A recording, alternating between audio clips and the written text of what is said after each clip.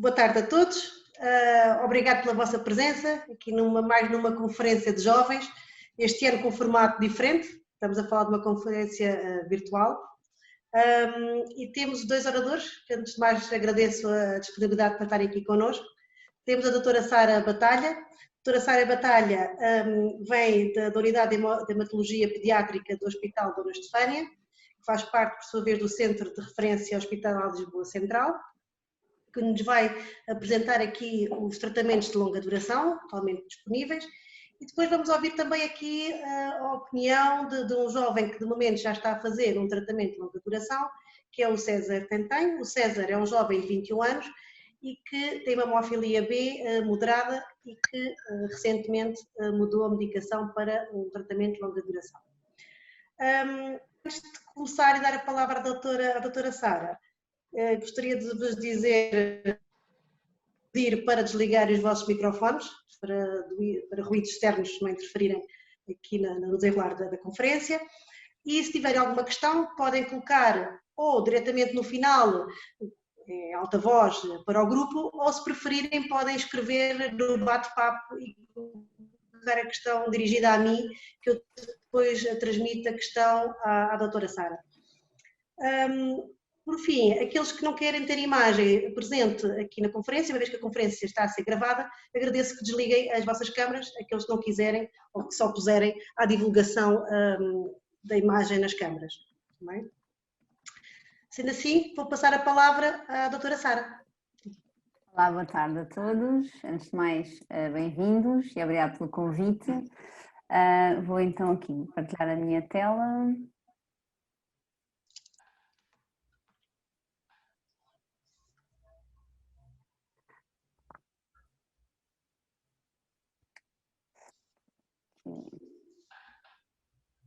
Muito bem.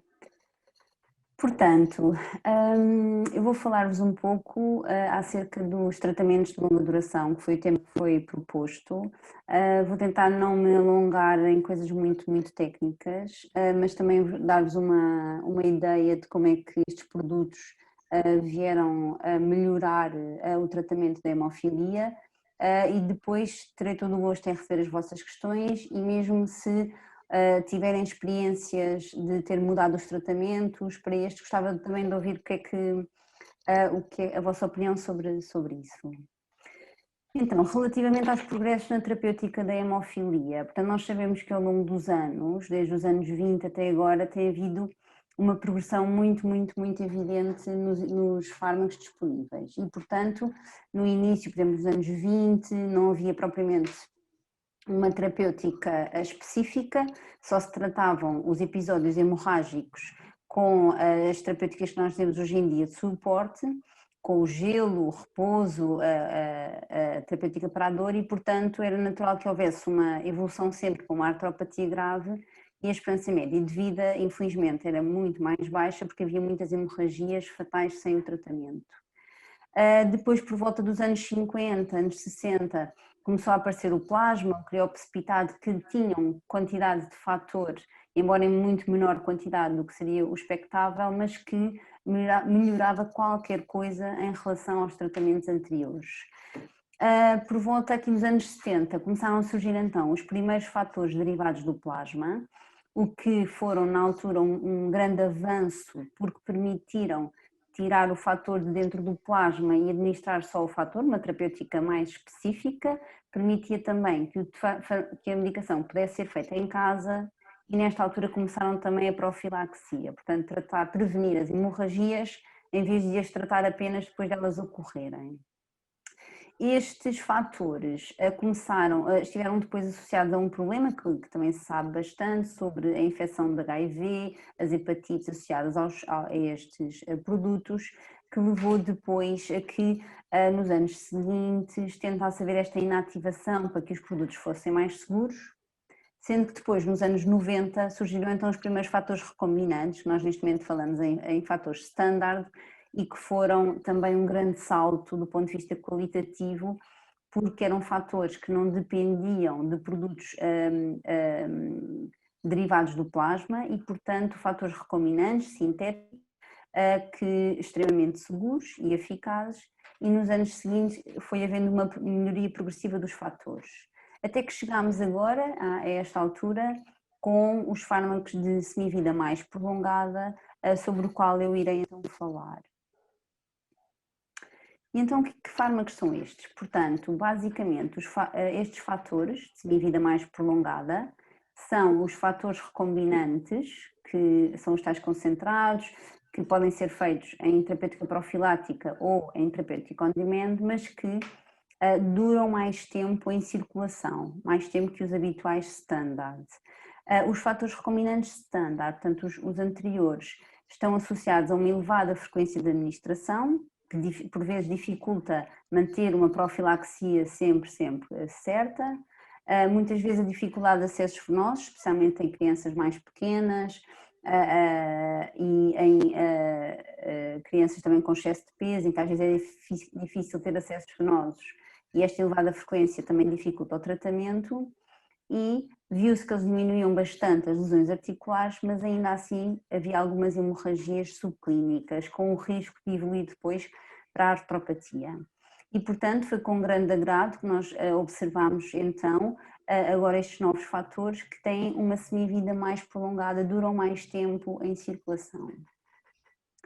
Portanto, falando assim só por alto, como é que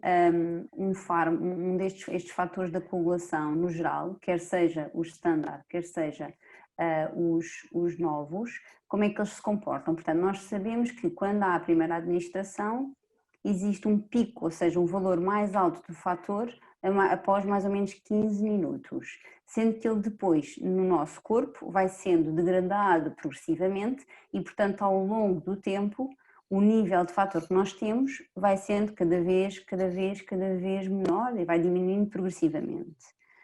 Nós sabemos que os fatores standard, que são os que foram utilizados até agora há muito pouco tempo, mais ou menos apresentavam uma semivida no fator 8 entre 8 a 12 horas e do fator 9 um bocadinho mais prolongado, entre 18 a 24 horas, o que fazia com que, para termos uma proteção e para termos valores que nos protegessem de hemorragias, incluindo hemorragias espontâneas, o fator 8 tinha que ser muitas vezes administrado de 3 vezes por semana, por exemplo, ou até dia sim, dia não, e o fator 9 mais ou menos 2 vezes por semana ou até por vezes mais, dependente das pessoas.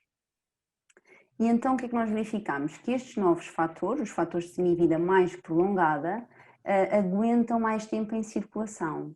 O que podemos ver é que, por esse motivo, conseguimos ter valores, níveis de fator mais elevados, mais tempo, o que, como podem perceber, vai ter muitas vantagens. E como é que conseguiram produzir estes fatores de semivida mais prolongada? Como é que isso foi feito? Há várias técnicas, as duas mais utilizadas foi esta PEGylação, e basicamente o que faz é que a molécula do fator está junto com uma outra molécula que permite que ela esteja mais protegida da destruição que nós temos no nosso corpo, que é a sua degradação, e por isso faz com que ela, ao estar mais protegida, seja destruída mais lentamente e por isso o fármaco mantenha em circulação mais tempo. Outra forma de prolongar a vida do medicamento na nossa corrente sanguínea tem a ver com a fusão, juntar esses fatores a outras moléculas, por exemplo a albumina e uma imunoglobulina, que fazem com que esse fármaco, ao ser degradado, é reciclado, mas volta a entrar em circulação. E, portanto, conseguimos também prolongar a presença do fármaco no nosso organismo, prolongando o seu efeito, que é sempre esse o nosso objetivo. Então, e que fatores é que existem, estes fatores novos, que fatores é que existem? Portanto, o que nós percebemos foi que houve uma certa diferença entre o que se conseguiu com o fator 8 e o que se conseguiu com o fator 9. No caso do fator 8, estes 4 são aqueles que têm estado, que foram desenvolvidos. Como podem ver, o ano da licença é tudo muito recente, de diferentes empresas, e o que nós observamos é que eles apresentam uma semivida que varia aqui entre 14 e 19 horas, o que significa um maior semivida relativamente ao standard, que vai entre 1,5 e 1,7, ou seja, não chega a 2 vezes mais, não chega a durar 2 vezes mais. Apesar disso, de ser um aumento que nós consideramos um aumento apenas moderado, nós conseguimos perceber que em 30% dos casos conseguimos reduzir o número de infusões necessárias nos nossos jovens que fazem, jovens que fazem esta medicação. Portanto, aqui à direita, neste gráfico, é um exemplo. Portanto, na linha azul temos o que nós consideramos os fatores standard e na linha vermelha estes fatores de uma semivida mais prolongada. E, portanto, como podem ver, ao serem degradados mais lentamente, eles vão manter níveis na corrente sanguínea mais altos durante mais tempo, o que permite então que possamos fazer a administração de fator com intervalos um bocadinho maiores. Relativamente aos fatores 9, portanto, nestes de facto houve um aumento significativo da semivida plasmática. Podemos ver aqui, portanto, existem estes três, os nomes comerciais, portanto, o Alprolix, o Refixia, por exemplo, e o que nós conseguimos perceber é que há uma diferença verdadeiramente significativa, que chega a ser 4 a 6 vezes maior a duração do fármaco na corrente sanguínea. Portanto, aqui as linhas azul e verde, como os recombinantes standard e os derivados do plasma, de fator 9, e vem a diferença no vermelho, uma semivida muito mais prolongada, mantém-se em circulação muito mais tempo, o que foi de facto um fator muito, muito interessante e vamos falar um bocadinho mais à frente. Nas pessoas que mudaram de fator, assistiu-se a uma redução do número de infusões em mais de metade, portanto foi muito, muito interessante.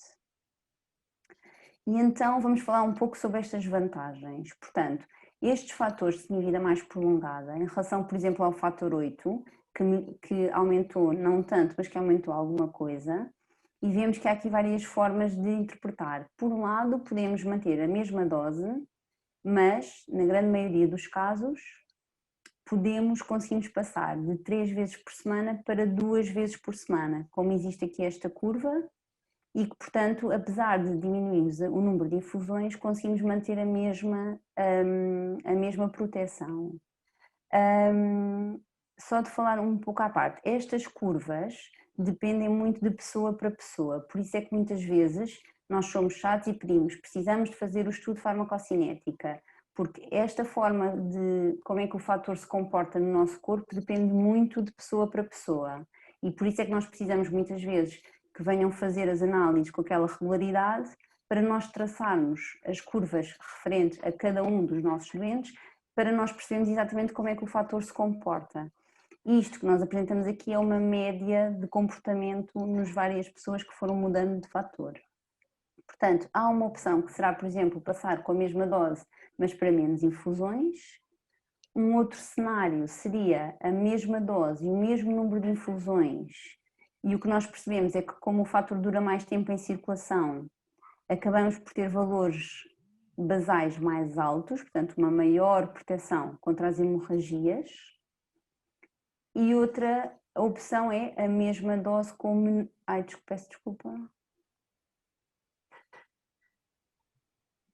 Peço desculpa, isto é o cenário anterior. Doses mais elevadas com menos número de infusões também uma maior proteção. Portanto, podemos manter a dose e diminuir o número de infusões, ou até mesmo manter o número de infusões e mantemos a mesma da maior proteção. No caso do fator 9, de facto, vimos que tem uma semivida muito mais prolongada e, portanto, o que está descrito na literatura é que muitas vezes conseguimos passar de 2 vezes por semana para 1 vez por semana ou até menos. Está descrito casos, nós também temos essa situação de pessoas a fazer apenas 1 vez a cada 2 semanas. Aqui, de facto, o fator 9 nota-se uma grande diferença. E, portanto, estes fatores trazem estas vantagens, menos infusões, uma proteção mais prolongada, uma proteção mais adequada, Isto naturalmente permite que as pessoas adiram melhor ao tratamento e uma melhoria da qualidade de vida. Inclusivamente, temos pessoas que não queriam fazer profilaxia on demand, portanto, apenas quando tinham hemorragias, e nós sabemos que essa não é a melhor solução do ponto de vista, por exemplo, articular, e que com esta alteração da semivida já aceitam fazer então a terapêutica profilática, o que é bastante melhor do ponto de vista de manter a saúde de articular. Por outro lado, é muito benéfico quando é difícil haver os acessos venosos, por terem que ser infusões menos frequentes, e permite também manter os níveis basais mais altos com todos esses benefícios.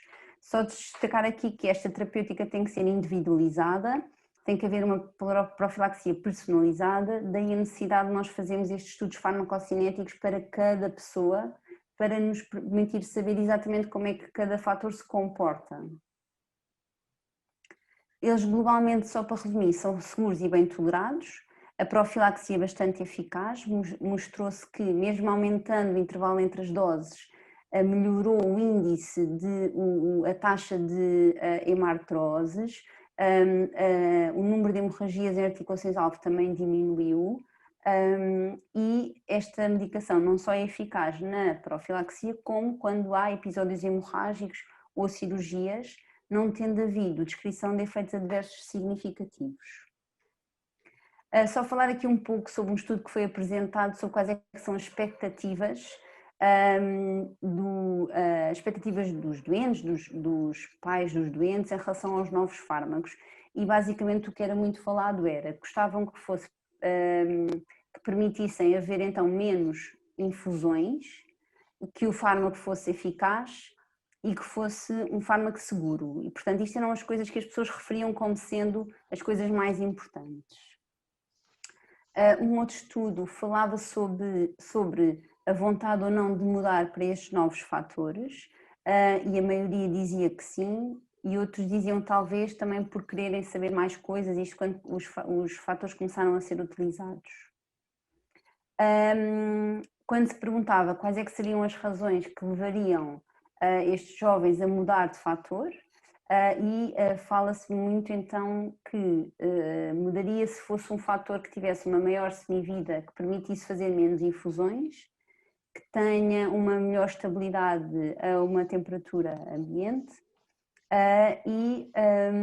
que já tenha sido um fármaco suficientemente utilizado para se perceber que é seguro. Quais é que eram as principais razões que poderiam fazer não mudar? Quais é que eram os principais medos? O medo de aparecer inibidores, que obviamente que é o medo que nós todos temos. O medo de ser um fármaco que ainda não era completamente seguro, ou de ser um fármaco que ainda não estava assim disponível. Isto era o que foi falado na altura num estudo muito interessante.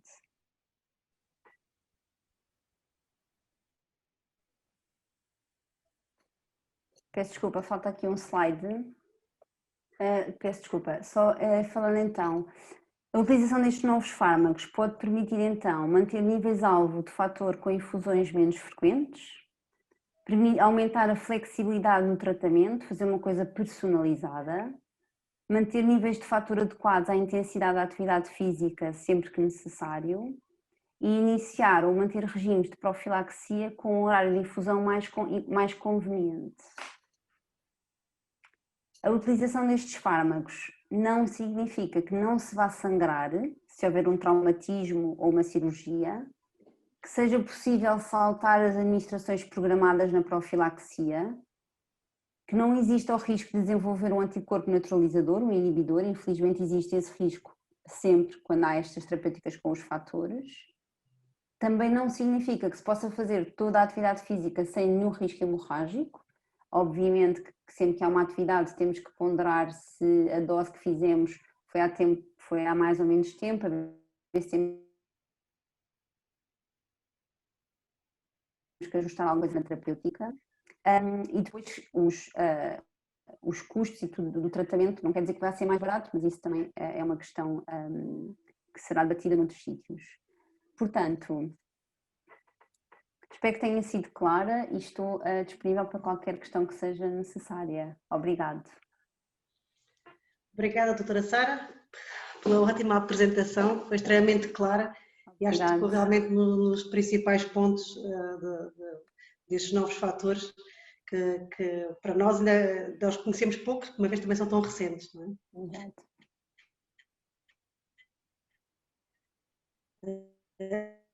E mostrou bem a evolução de tudo isto nos últimos anos. Isso é que é o fator 8 e 60. Estão a ouvir-me agora?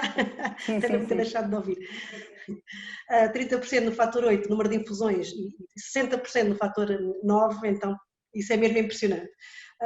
E outra coisa que eu também achei muito interessante é o facto das pessoas, haver pessoas, imagino que esteja a falar de jovens, que aderiram muito melhor à profilaxia com este tipo de fator do que com outros fatores em que tinham que fazer mais administrações. Eu acho que isso, só isso é um grande ganho, porque realmente o efeito nas articulações é totalmente diferente. Eu ia pedir que depois as questões fossem todas colocadas no fim, porque agora iríamos ouvir o César, o que é que ele nos tem a dizer sobre a sua experiência com este tipo de fatores de longa duração. Eu, por acaso, pertenço a esse grupo de jovens que houve uma altura que deixei de fazer a profilaxia e quando a minha doutora, que é a doutora Cristina, ela falou-me deste novo tratamento, fiquei contente porque voltei a fazer a profilaxia. Eu sou hemofílico moderado, hemofílico B, por isso o meu tratamento eu faço 2 em 2 semanas, por isso eu como só faço 2 em 2 semanas, é uma melhoria, é muito bom. Eu tenho até um memorando para não me esquecer. Então, eu com este tratamento sinto-me sempre seguro, apesar de nos últimos dias, quando começa a chegar outra vez à segunda semana, mais ou menos, eu fico um pouco mais receoso às vezes de algumas atividades, mas na primeira faço tudo à vontade. Por exemplo, neste verão senti-me muito mais à vontade para jogar futebol na praia, para fazer várias atividades que noutros verões eu pensava 2 vezes antes de fazer. Também houve uma situação, como eu só faço este tratamento desde o fim de julho, mais ou menos, houve uma situação este verão que eu estava a jogar futebol na praia, por acaso, levei uma canelada de um amigo meu e eu normalmente, logo nesse dia fiz gelo, ligadura, mas tinha feito o fator há 5 dias, 4 mais ou menos. Aí notei uma diferença porque eu sabia que anteriormente a fazer este tratamento ia ficar com uma bola que ia andar com dificuldades e notei uma diferença grande que em 2, 3 dias estava quase recuperado. É muito bom. E pronto, eu acho que quase posso fazer a minha vida normalmente, não, só tenho essa preocupação de 2 em 2 semanas, não tenho tido assim grandes problemas, tenho feito tudo quase normalmente. É excelente estes novos tratamentos.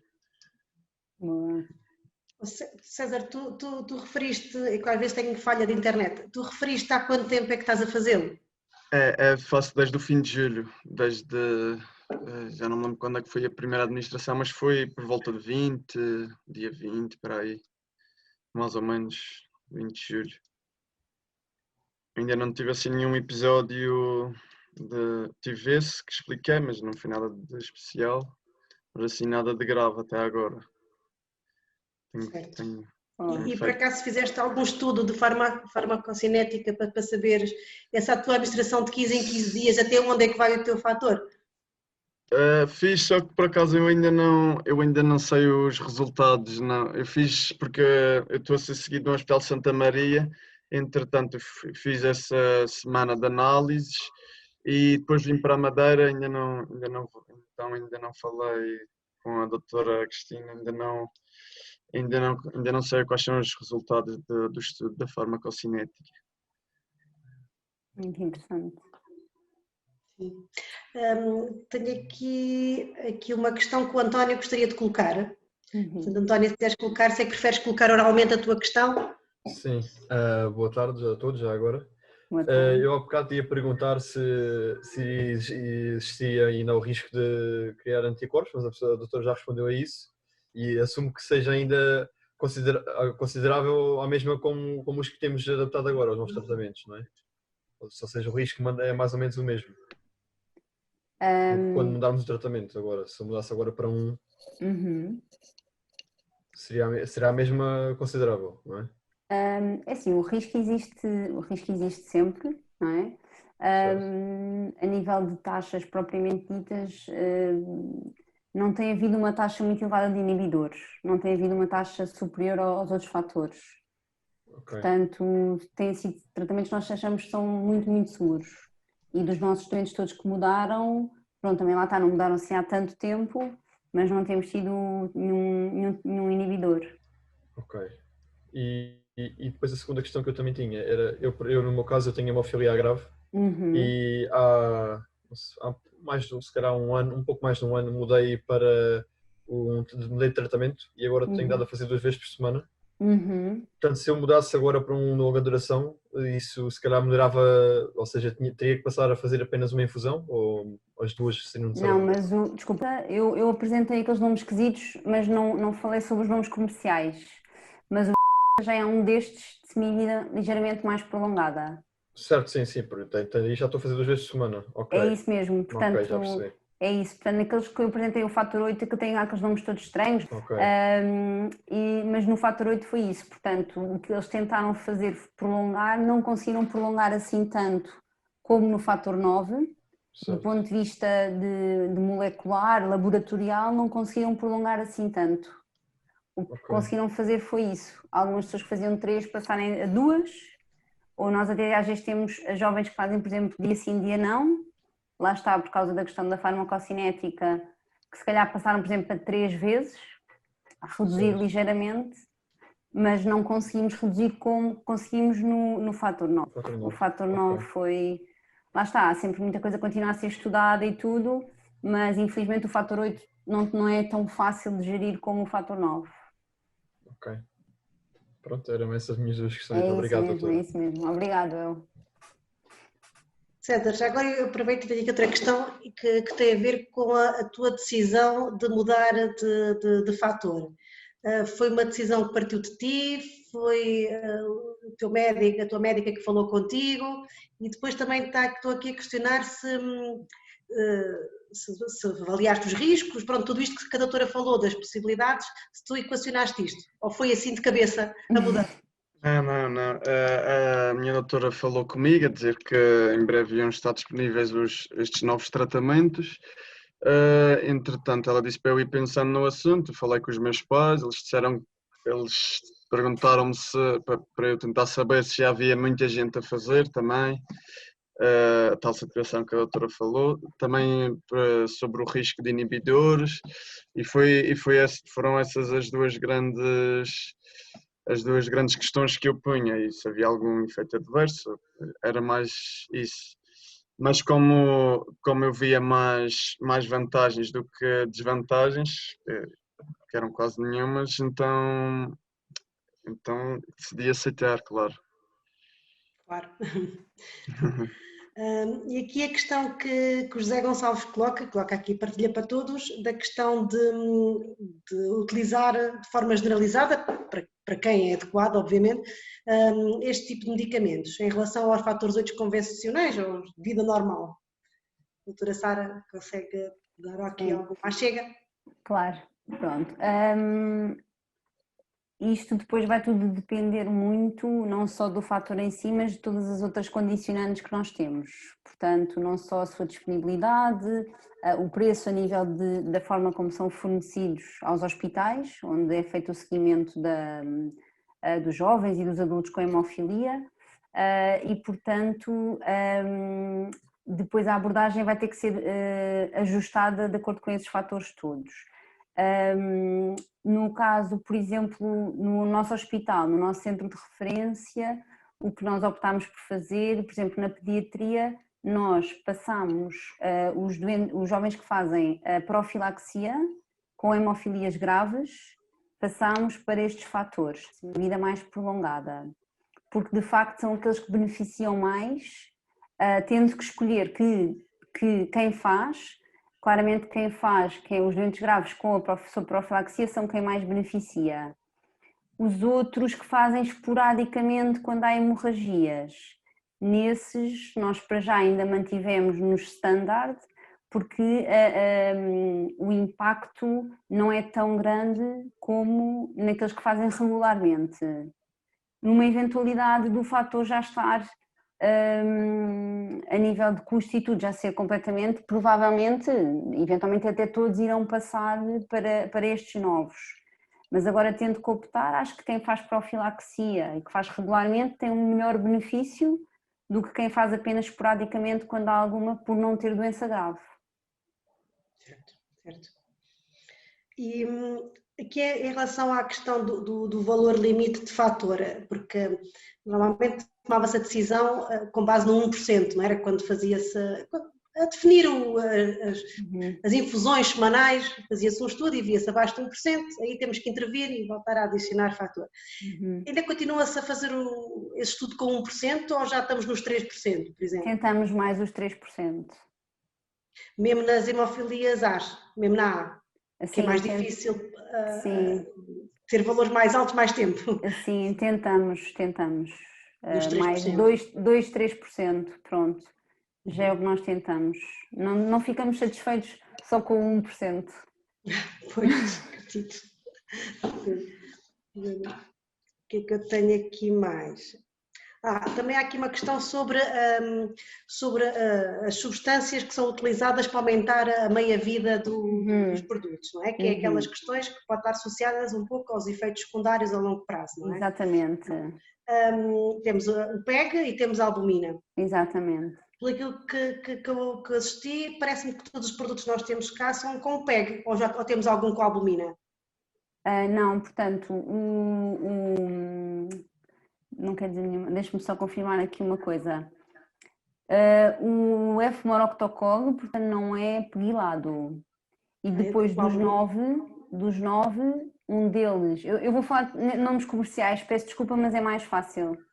Portanto, não é pegilado, e que é o 9, é pegilado. Isto põe aqui uma questão interessante que é, quando se fala dos medicamentos que estão associados ao pegilado, à pegilação, há muitos fármacos que já existem associados à pegilação, mas que ninguém sabe muito bem qual é que serão as consequências a longo prazo dos fármacos associados à molécula PEG. Portanto, o que está indicado nestes fatores, e como são fatores que vão ser feitos toda a vida, não é? Portanto, poderá haver uma grande acumulação dessa molécula.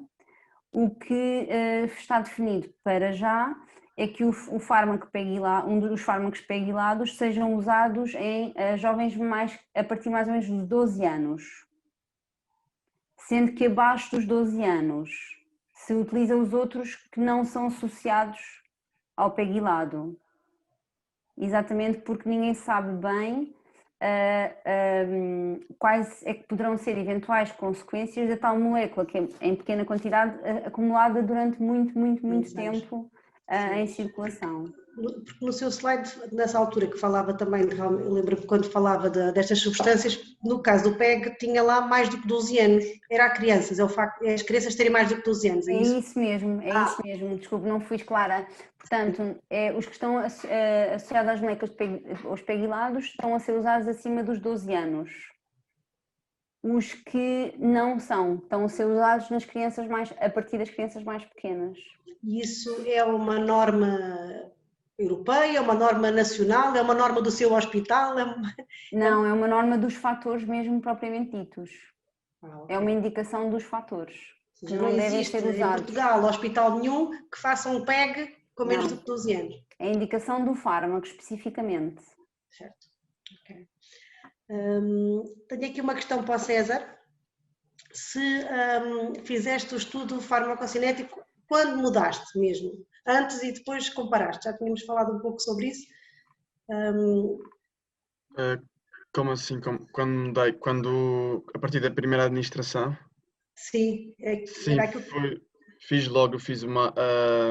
a administração, fiz as análises, acho que foi 15 minutos depois, uma hora. Depois voltei a fazer, acho que foi no dia a seguir, 24 horas, depois acho que foram 72. Agora já não me lembro muito bem, mas ainda fui lá mais umas vezes ao hospital e depois voltei a fazer o tratamento uma semana depois e voltei a fazer análises. Agora não me recordo bem o resto das vezes que fiz análises, mas fiz logo que comecei, sim, foi logo mesmo a partir da primeira administração, logo no início. Certo. Também gostaríamos de saber, pela experiência da doutora Sara, o que é que os pacientes ou os responsáveis pelos pacientes, quando se trata dos pais, o que é que têm preferido obter? Se ter um valor basal mais alto, mas fazer mais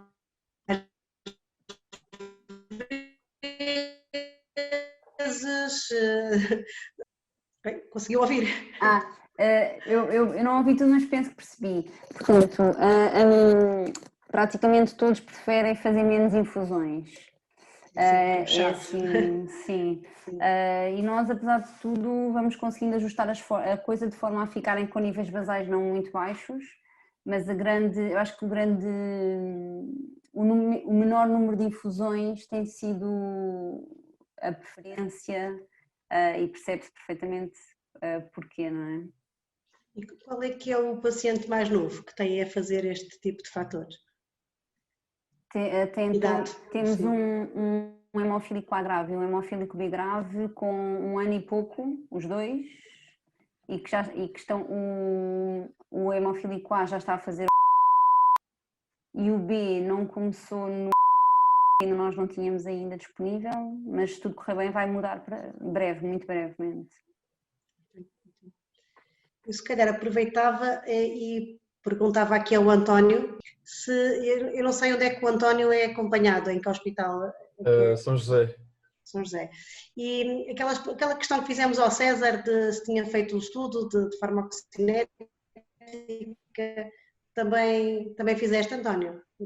Eu tinha feito as primeiras escolhas, mas depois veio a quarentena e depois tinha exames e agora com o trabalho, portanto ainda tenho que marcar, mas vou ter que começar de novo à partida, não é? Porque agora as escolhas primeiras, aquelas já lá atrás já não devem ser válidas, penso eu. Mas sim, tem que se marcar e está para se marcar para breve também. Mas ainda não fiz, não. E há quanto tempo é que estás a fazer este novo fator? Eu tinha ditado, eu acho que há pouco mais de um ano ou um ano. Já há algum tempo, sim, mesmo assim já é há algum tempo. Se calhar ainda não chegou a um ano, posso estar a exagerar também, mas sei que comecei o ano passado, não sei bem a que altura, já não me recordo. E a passagem também para o novo fator também foi uma coisa fácil para ti? Foi intuitivo ou foi bastante ponderada? Eu diria que foi melhor, porque passar a fazer 2 vezes por semana, para mim, essa é uma ajuda, não é? Eu fazia 3 vezes, quando não era dia sim, dia não, era 3 vezes. Tinha que, eu mais ou menos controlava quando é que, de acordo com a minha atividade durante a semana, quantas infusões é que teria que fazer. Agora passar a fazer 2 vezes por semana é ótimo. Mais valia, sem dúvida. Tem que correr tudo bem. Sim.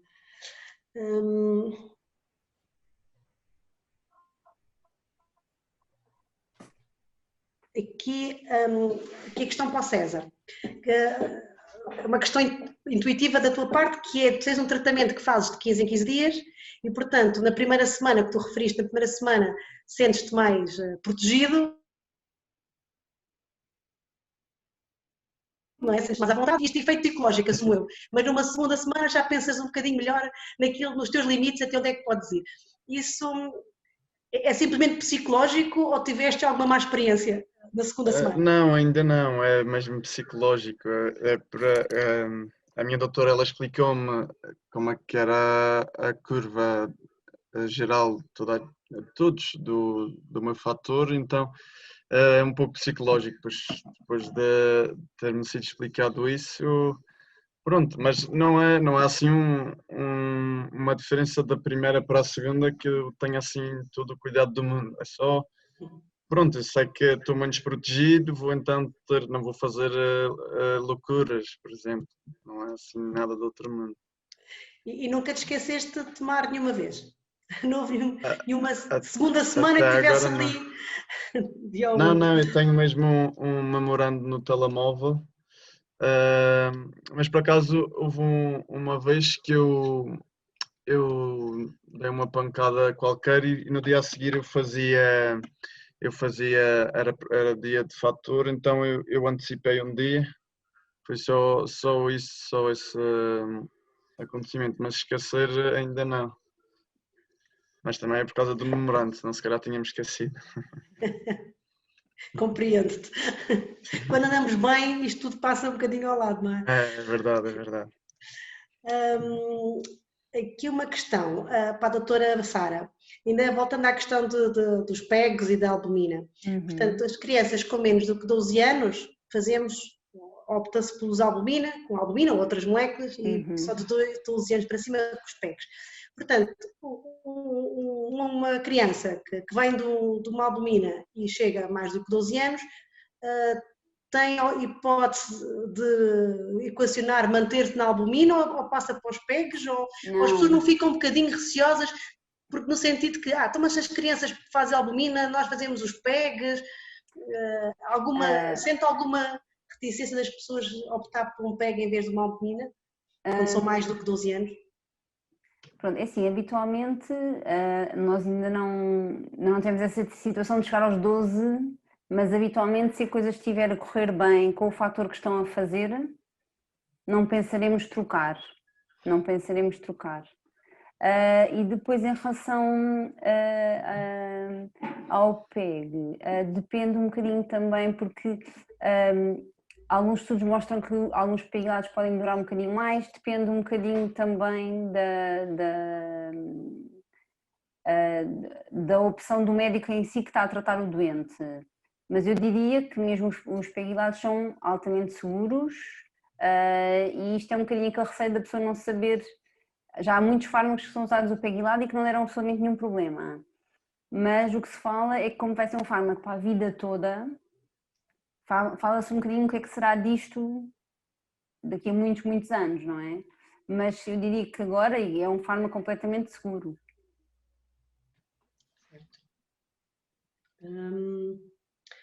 E pensando que nestes fatores de longa duração são eficazes e duram mais tempo, não é?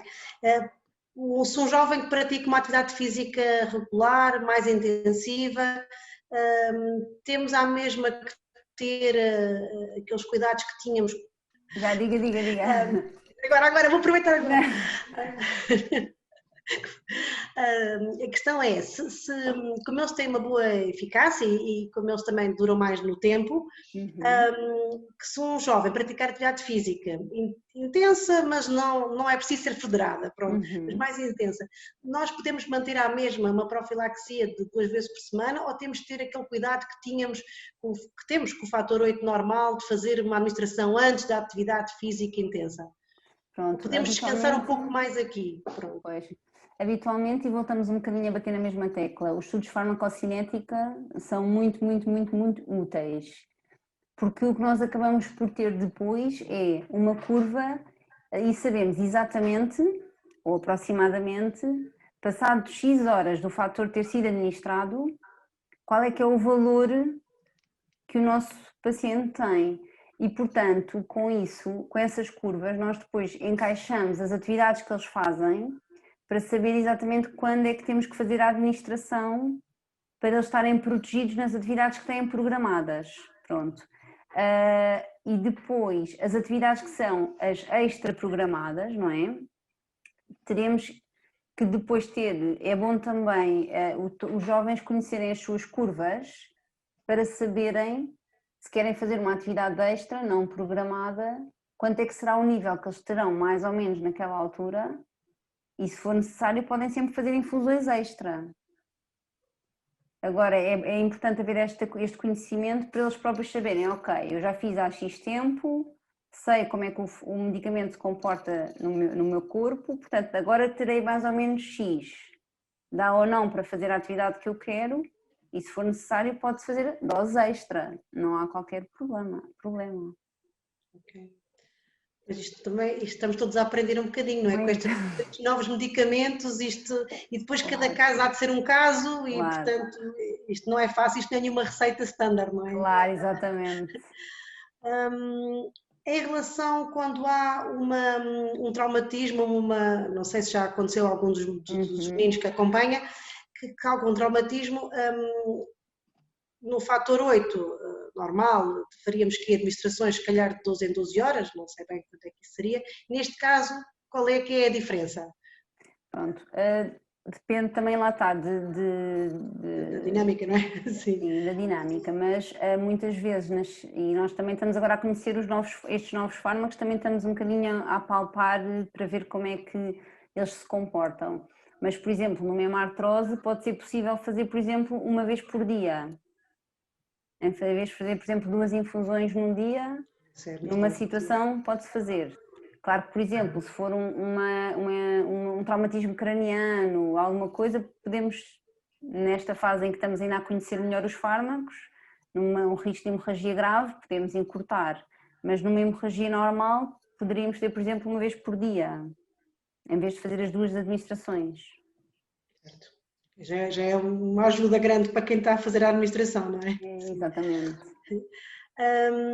Aqui outra questão, que no caso do César, já lhe foi colocada a questão de como é que foi abordada esta questão do novo fator, se era ele que foi ter com a médica, se foi a médica que foi ter com ele.